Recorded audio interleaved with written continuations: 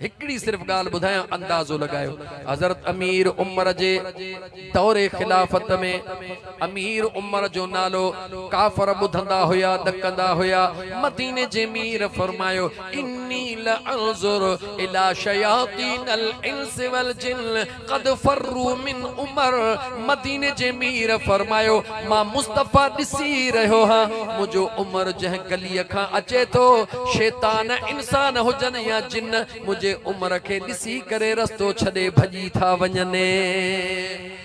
उन्हें सुने अमीर उमर पंहिंजे दौरे खिलाफत में वक्त जो बादशाह हुआ। हजरत अमीर उमर वक्त जो बादशाह हुआ। मस्जिद नबवी में खुतबो दई रहो आ। हुजूर जा सहाबिया दो वेठा हल। अमीर उमर खुतबो दई रहो आ। मुझो सुनो अलीउल मुर्तजा शेरे खुदा भी वेठो आ। इमाम हसन भी वेठो आ। इमाम हुसैन भी वेठो आ। हुजूर जा दीवाना वेठा हन। हजरत उमर खुतबो पियो दे। इमाम हुसैन नंढड़ो आ। उथी करे सुने उमर दे निहारे तवज्जह कयो। सुने उमर दे निहारे चंदो ऐ उमर छा थो चवे? ऐ उमर या उमर, ऐ उमर अरबी में या उमर, सिंधी में ऐ उमर।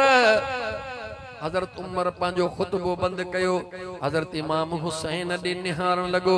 इमाम हुसैन चयो इन मुझे नाने जे मिंबर ता लह इहो मिंबर तुझे नाने जो आ या मुझे बाबे महबूब मुस्तफा जो आ।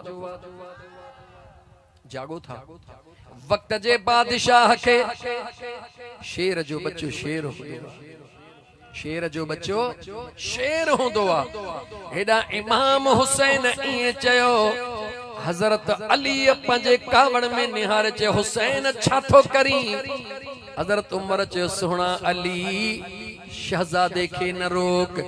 तारीख पूरी दुनिया जी पढ़ो। हजरत उमर मिंबर ता लही आयो। जुम्मे जो खुतबो होयो सहाबा वेठा होया।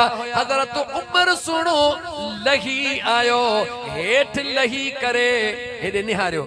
मथे ते टोपी हुई या दिस्तार हुई उहा बिल्लाहे करे हिया हथन में झले करे।